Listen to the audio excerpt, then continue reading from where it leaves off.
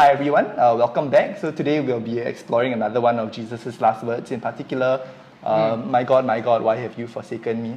So when Chris first proposed this topic, and I remember we sort of gathered around and we were like, oh my gosh, it's so good, I can't wait to write about this. But when I saw this one, I knew there would be a certain area of my life where I would write this. I had to kind of hold it off because I needed to be in a certain zone, and maybe even needing to experience that feeling of forsakenness or abandonment myself. And I think for any of us, it's part of the human condition. There'll become a time where we feel like an angsty teenager, basically.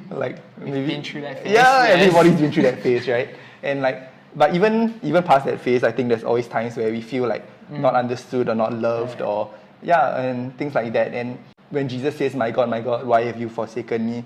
He's not a stranger to this experience, but he's still Jesus, right? And he didn't do anything wrong. For us, sometimes when we find ourselves in that place, it's easy to say, oh, it's because I did this wrongly, or I ended up here because of my own failings or whatever. Okay. And so that made me think about Moses and how his story ended up, because as you know, Moses did not manage to reach the promised land. He saw it from afar on the mountain before he died, right?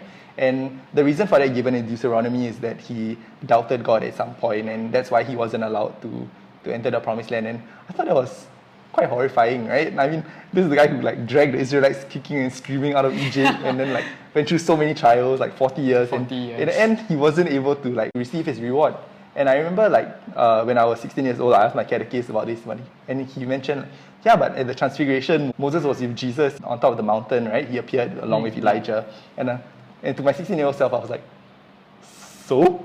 You just got to see Jesus. But I think having grown a bit since then and having fallen deeper in love with Christ, oh, he got to see Jesus, At that time where the cross, the act of the passion, the act of salvation had not taken place, and to be able to be united with Jesus in that way, I think is quite amazing, even if he had to die abandoned or maybe separated from his community. And we always have to claim that truth again. So I hope that to anyone who is experiencing this kind of situation, I hope that you continue to trust that Jesus is still there, and he will be there to catch you, and you will be in our prayers, and God bless.